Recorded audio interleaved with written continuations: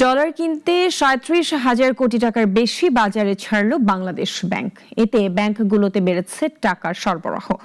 গত ৬ মাসে ৩০৪ কোটি ডলার কিনেছে নিয়ন্ত্রক কর্তৃপক্ষ।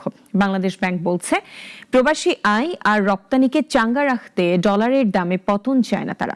সাইদ আরমানের রিপোর্টে বিস্তারিত।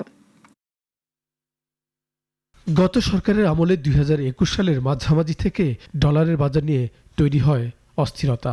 ব্যাপক সংকট তৈরি হয় বৈদেশিক মুদ্রার বাজারে। পরিস্থিতি এতটা নাজুক হয়, মজুদ থেকে ডলার বিক্রি শুরু করে বাংলাদেশ ব্যাংক, আর শুরু হয় মজুতেরও পতন।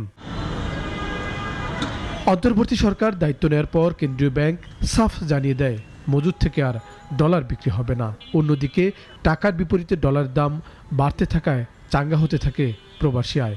বর্তমানে প্রতি ডলার ১২২ টাকা। আর বাজার স্থিতিশীল এবং মজুদ বাড়াতে নিয়মিত ব্যাংকগুলো থেকে ডলার কিনছে নিয়ন্ত্রক কর্তৃপক্ষ। মার্কেটে প্রাইসটাকে না কমতে দিয়ে বা না বাড়তে দিয়ে, দ্যাট ইজ আমরা কখনোই ওপেন মার্কেটে যে প্রাইসটাকে ডিকটেট করব না। আমরা বাড়তি যে সরবরাহটা সেটাকে শুধু আমরা নিয়ে নিচ্ছি, সেটাও কোনো ডিকটেটেড না। আমরা একটা প্রাইসের মাধ্যমে অফার করছি, যদি কোনো ব্যাংক রাজি হয় এই প্রাইসের মধ্যে আমাকে ডলার সেল করতে, তবেই সে সেল করবে। এখানে কোনো বাধ্যবাধকতার বিষয় নেই। বাংলাদেশ ব্যাংকের হিসাব মতে চলতি অর্থবছরের জুলাই ডিসেম্বর ৬ মাসে কেন্দ্রীয় ব্যাংক ৩০৪ কোটি ডলার কিনেছে। বিপরীতে প্রায় ৩৭,০০০ কোটি টাকা ব্যাংকগুলো নতুন করে হাতে পায়। এতে বেড়েছে তাদের নগদ টাকার সরবরাহ। কেবল ডিসেম্বর মাসে বাজারে ছাড়া হয়েছে ২১,০০০ কোটি টাকার উপরে।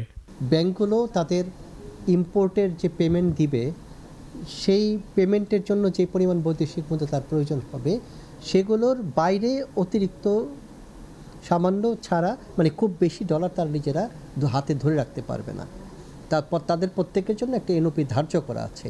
কিন্তু ব্যাংকের কাছে রেমিটেন্স হোক বা এক্সপোর্ট প্রসেসের মাধ্যমে হোক, যদি অনেক বেশি বৈদেশিক মুদ্রা চলে আসে, তখন সেটাকে বাংলাদেশ ব্যাংকের কাছে ফিরে দিতে চায়। ডলারের দাম কমলে আমদানি পণ্যে কিছুটা স্বস্তি পাওয়া যায়। তবে বাংলাদেশ ব্যাংক মনে করছে, ডলারের দাম বর্তমান হারে স্থিতিশীল থাকলে প্রবাসী আয়ের গতি ঠিক থাকবে, বাড়বে রপ্তানি আয়। আর ব্যবস্থাপনা কৌশলে বৈদেশিক মুদ্রার মজুদ এখন ৩ বছরে সর্বোচ্চ।